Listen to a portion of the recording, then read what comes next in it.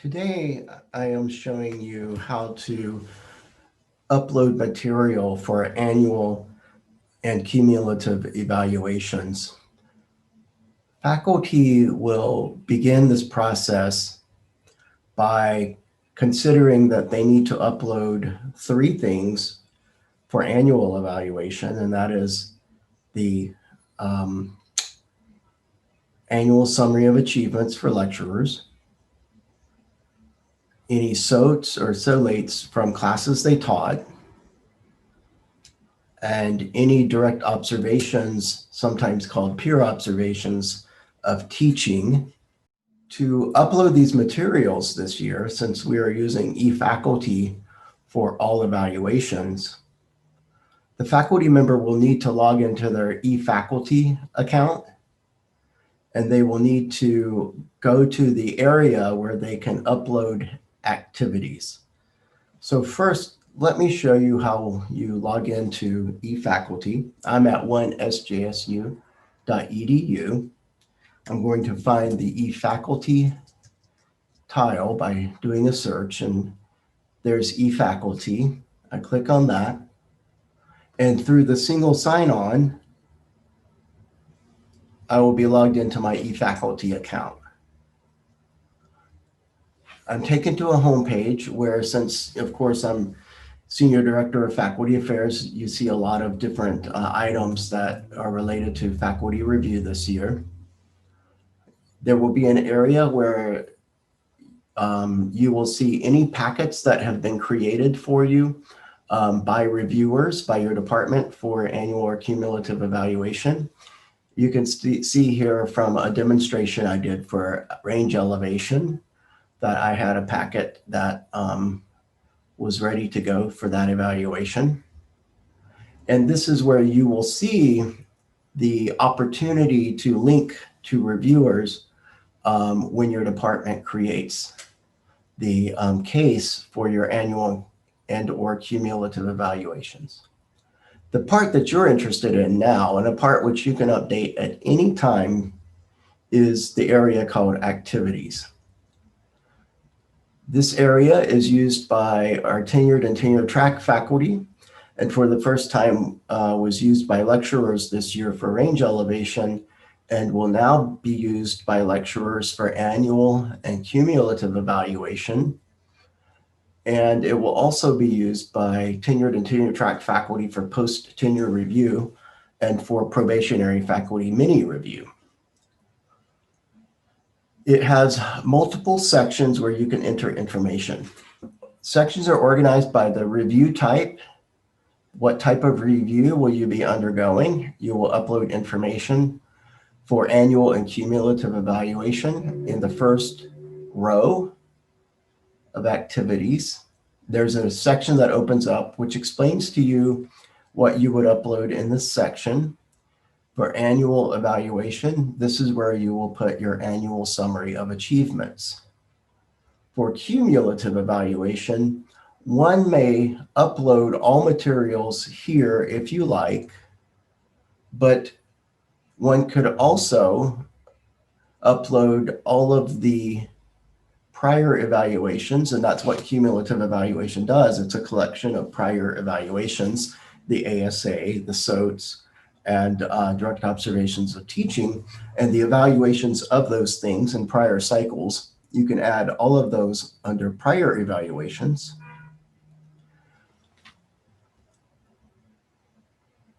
Your SOTs for classes taught should be under classes taught at SJSU. We've uploaded all SOTs from spring 2013 to the present. And so sometime in January, the fall 2020 SOTs will also be uploaded and ready for your evaluations. Direct observations of teaching can be uploaded here under direct observations of teaching. And there's even a handy little guide that says how many direct observations one should get during each review cycle.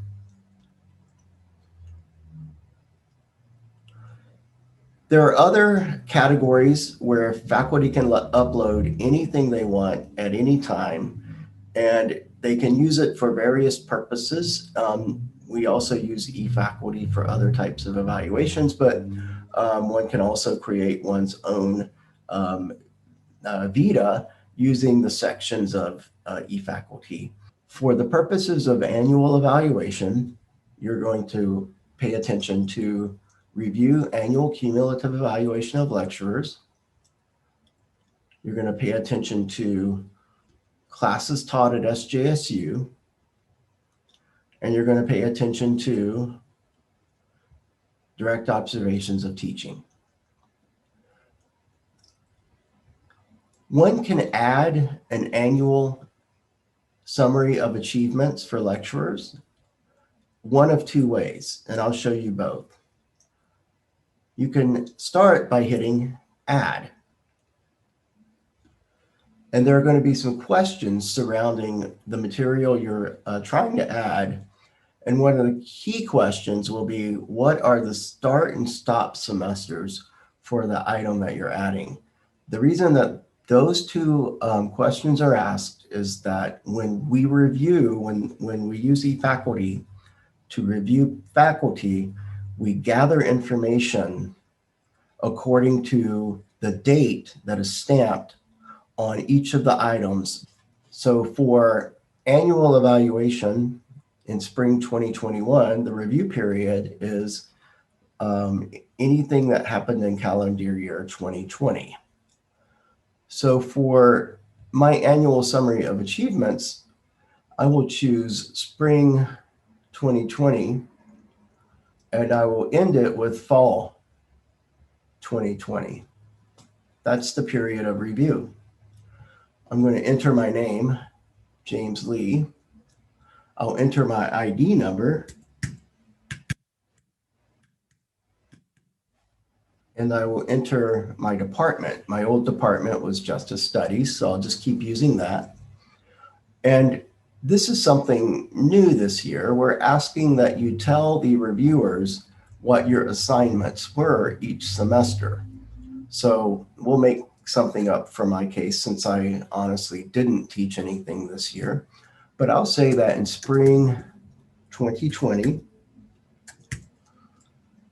I had an assignment that was teaching at 0.6 FTE. Let's say it's 3 classes. What this will tell the reviewers is that they're only going to evaluate you for teaching that semester. And let's say in fall 2020, I had a teaching assignment of 0.4. Maybe it was 2 classes. And I had advising of 0.2. That was another assignment. That would tell the reviewer that they should look at my teaching and they should look at service, because I was given an assignment of teaching and service.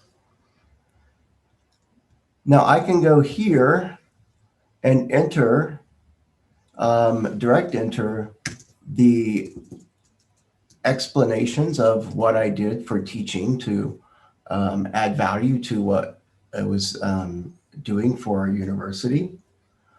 I could also copy and paste information into that section. Under the faculty section, there's an area for lecturers, and there's an annual summary of achievements right here. It's in Word format because using Word allows for an easier upload to eFaculty, where reviewers can read expandable text boxes.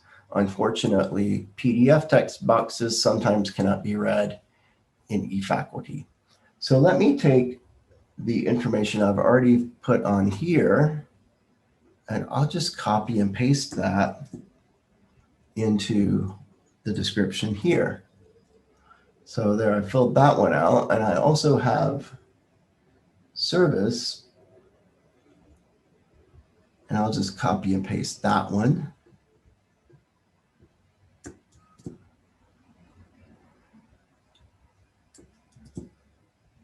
And of course, I didn't have any research assignments, so I don't need to say anything there. The next question is this an accurate statement? Is it true to the best of my knowledge? On the paper form, we used to ask faculty to sign that statement. So we'll just say yes here. And we'll say save. And I've completed the annual summary of achievement.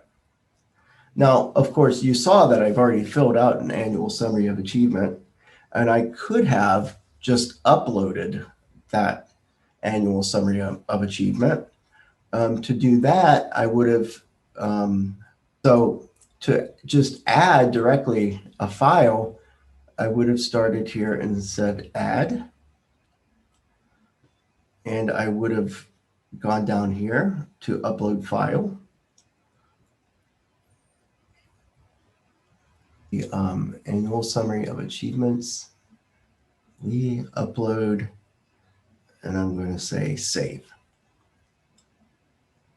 Oh, it asks me about this attachment. What is the start semester or year? And so I'm going to go up here. I'm going to select spring 2020. The default is to have an ongoing, and you can leave it like that, or you could say it ends fall 2020. And now let's say save. So at this point, I have 2 annual summaries of achievement. And when the reviewers look at this, they'll say, why did he upload 2 annual summaries of achievement? Next thing you want to do is go to your classes taught at SJSU. There's some explanation of how we have policies around SOTs, that if you are allowed by policy to remove some SOTs, you could, according to the various rules. For example, in spring of 2020, since we had that sudden transition to all online classes due to COVID, faculty are allowed to not use any of the SOTs from that semester, or they can leave them all up if they want to. The place where you find your SOTs is underneath the class name. And to get to that, you click on the little blue pencil to the far right of the row for the class name. And it's not a very user-friendly system, but you can see there's a row for attachments for the class that I clicked on. And you can see a number offset from the course evaluation area. That number is a link to the SOT that you have uploaded, which was uploaded automatically by our great friends at IT. So if you don't see a number under course evaluation, that would indicate that you don't have a SOT. And if you needed to, you could add a SOT. If you see it that you have it in course eval, but it's not here, you could pull it out of course eval and you could upload it using the add function here. Since I already have a SOT, I'll show you that I would like to add a syllabus to this class, because the reviewers are reviewing the quality of my teaching, and I know that a syllabus might help them understand that class. So I'm going to choose to upload a syllabus, and I'm going to choose the file. Oh, I see it right here. I have it. Yes, that is it. I'm going to upload it now. So that file for the syllabus has now been uploaded here. If I happen to have uploaded the wrong one, I could delete it and start over again. So at this point, I'm going to save and go back. And there's no real clear indication that I have a SOT and a syllabus under this class, I would have to actually click on the little blue pencil to open that up and see that indeed I have those items here. And of course, to add an item, I would click add, and to delete an item, I would click on it and hit delete. So if I were removing this SOT, I would just click the round X box. The final section you need for direct observations of teaching is the direct observations of teaching tab. Now, as a lecturer, I might get one direct observation per year. Sometimes I might have 2 observations in the same calendar year. You can see here that there is a direct observation listed for spring 2020. I'm going to show you that I'm also going to add a direct observation for fall. I'm going to select fall 2020 as the date that's necessary for the system to know to pull this over. I'm going to tell it that the course was Justice Studies 152, and the title was Juvenile Delinquency and Justice. And the credit hours were 3. The enrollment was 35, and the modality was online.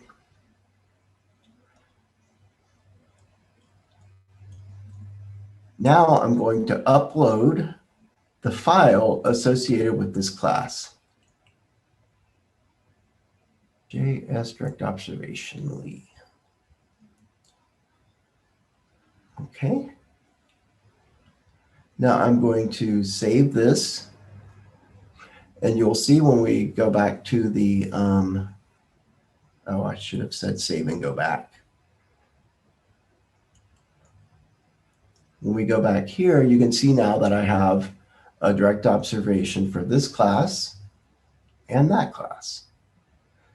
And I've done everything that's required of me to allow my department to do an annual evaluation. If I were preparing for a cumulative evaluation, had I been using eFaculty for the last several years, all of my material from my ASAs to my direct observations would all be in eFaculty. But then I would have to remember, oh, yes, I've been evaluated annually, and they need to see those annual evaluations also. So I need the comments from my department and from my dean. So I would go to prior evaluations, and I would upload the comments from my department and my dean just by hitting the add button, telling them that I started, let's say 6 years ago in fall, what was that, 2015? And the end semester would be spring 2021 is the last semester of my current appointment. And I'm just going to name these prior annual evaluations.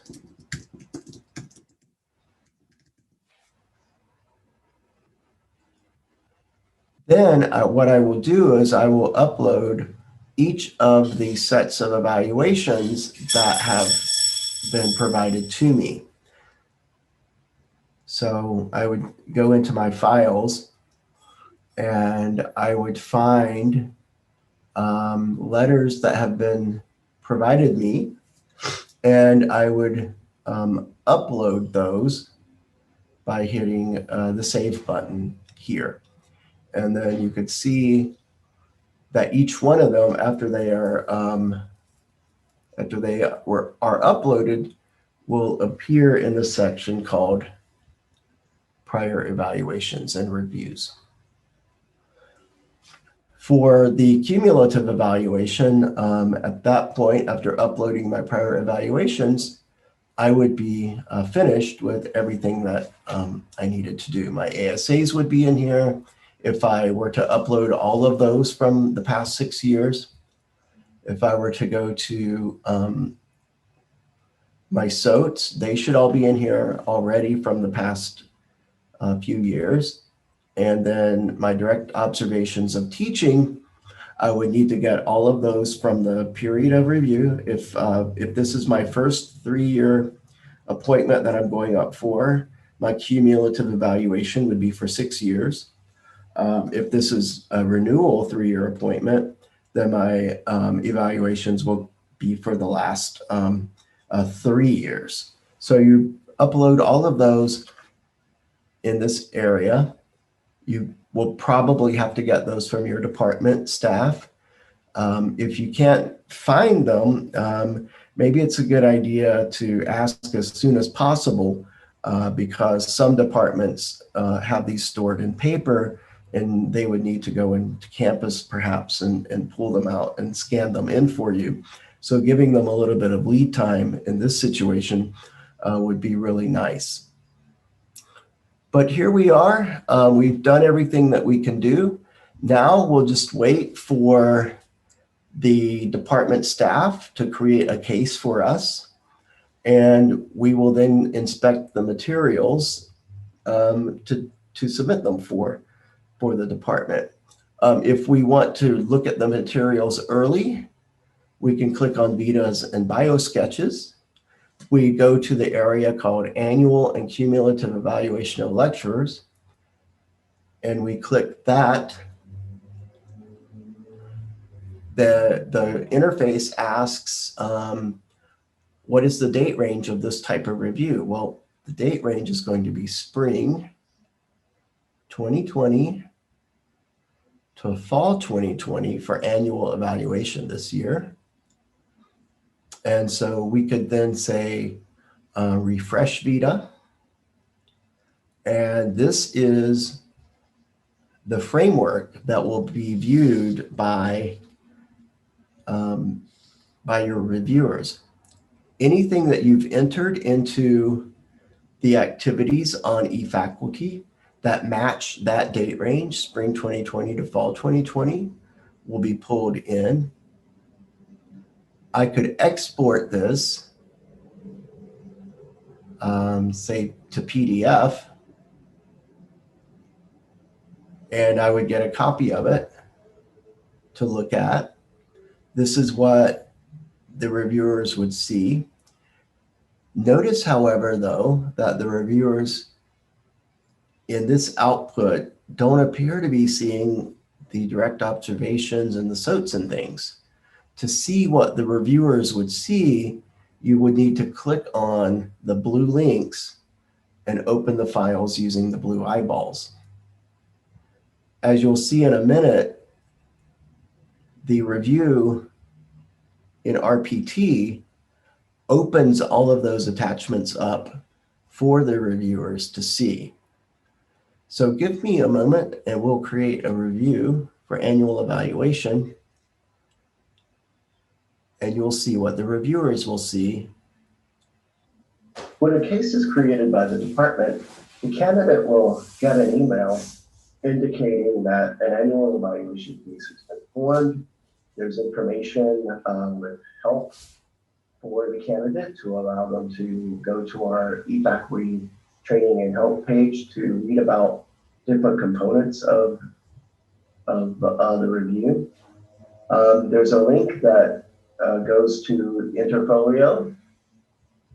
And if one is already signed in, one will go to the Your Packets page link to show you what it looks like at that point. One can view the packet as it will be, and you look at the view from the perspective of the reviewer, you'll see that there is a Vita, which shows the information that was direct entered into the system. There will also be attachments for any area of activities, any tab where one had entered information in the form of an attachment. So I'm going to open up a few of these tabs here on the left and show you that not only will reviewers see what was direct entered, but they will also be able to see the annual summary of achievements that I attached. They will be able to see the prior evaluations from prior committees, and they will be able to see and the syllabus attachment for classes 5. They will see the direct observations that were uploaded. And they will see that there was a journal article that I had uploaded into my eFaculty section. And there's an attachment for grants during that review period as well. So essentially, the reviewers see what's direct entered, and then they see attachments related to that. If one were doing cumulative evaluation, one would have put one's prior evaluations in here, and that would show up in an annual evaluation had you already entered a prior evaluation that is in the spring 20 to fall 20 time frame. So that's what reviewers will see.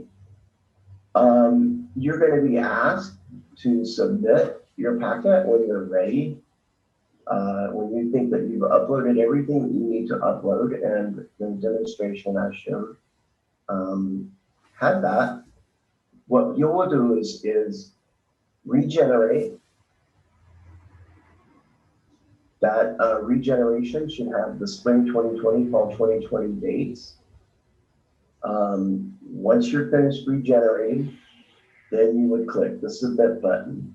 When you hit submit, the first level reviewer on the other side will be able to go in and review your files. In the case of annual evaluation, that first level person will likely be the department analyst, so they can look over your documents to make sure that everything is in order prior to the department chair, or if you were getting a committee, prior to the department committee evaluating your materials.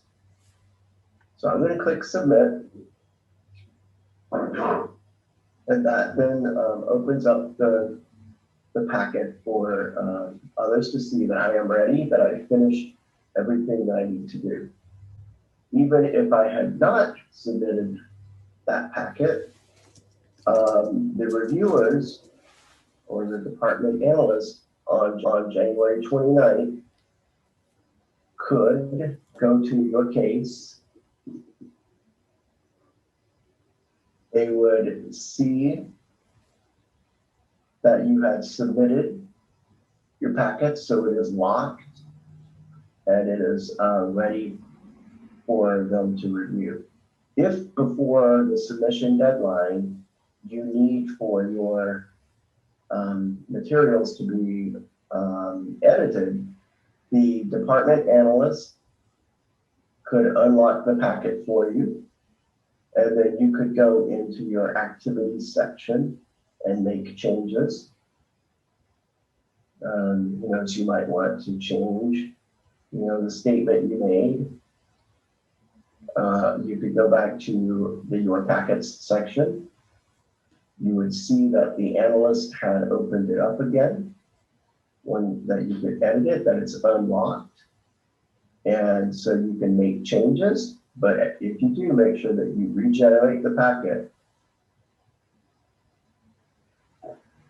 before you submit it again.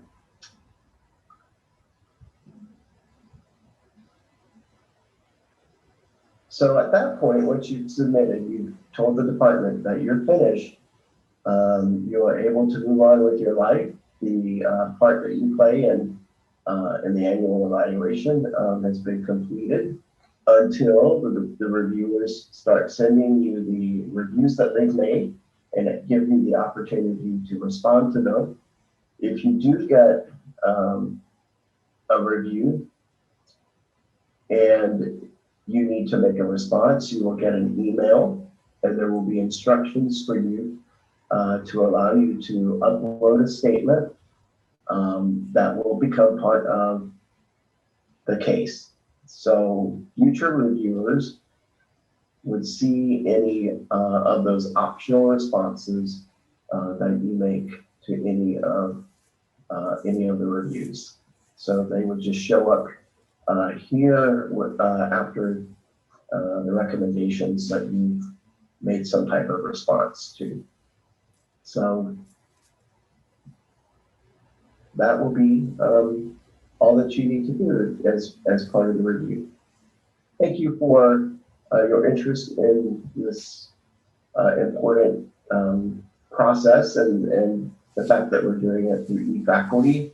We appreciate your patience and cooperation as we run these reviews in this electronic format for the first time.